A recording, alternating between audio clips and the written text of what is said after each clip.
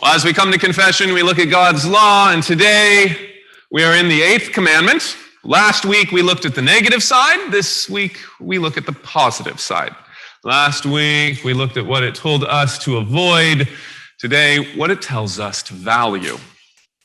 And the 8th commandment reads, Exodus 20:15, "You shall not steal." What is that telling us to value? And the answer is private property. Private property. For you cannot have something stolen if it never belonged to you first.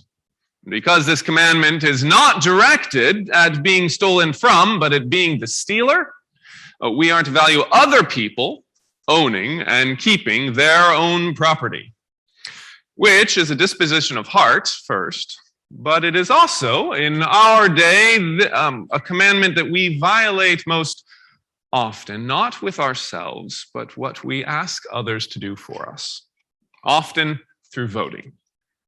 You see, we keep our hands out of other people's pockets, but we are happy if the government we choose will put their hands in those pockets for us. Therefore, in the most basic way, all politics of redistribution, business subsidizing, equalizing of incomes, or the administration of government appropriations is theft.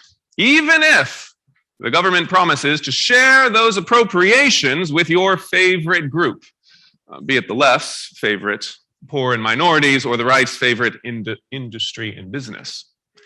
You can't take what's not yours, nor can you have democracy do it for you. Now, I can go further on this and say that when such government theft becomes the norm, a commandment is not just broken. We actually learn that the gospel becomes unclear and is harmed. You've read Richard Warmbrand's book, Tortured for Christ. He explains in depth how hard it was teaching the gospel, particularly Jesus' parables, to communists. If he taught the parable of the tenants, they could not hear that Jesus would give his life because they heard the Bible approve individual ownership and the ownership of the means of production. If he taught the parable of the talents, they could not hear the importance of personal faithfulness because they heard the Bible give a nod to wage discrimination and interest on capital.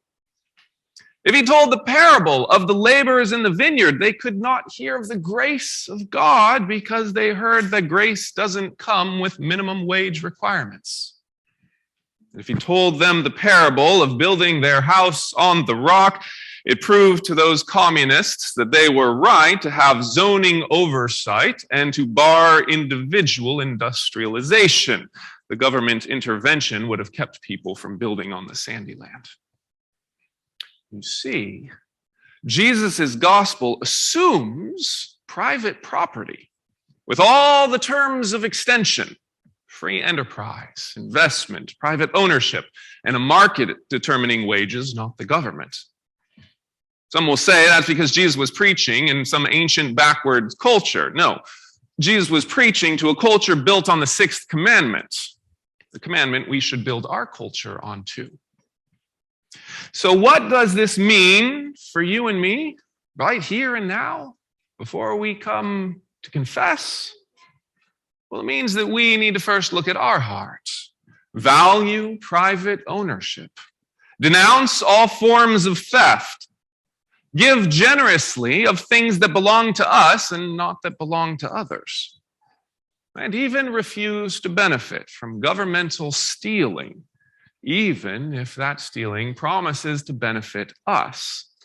You shall not steal.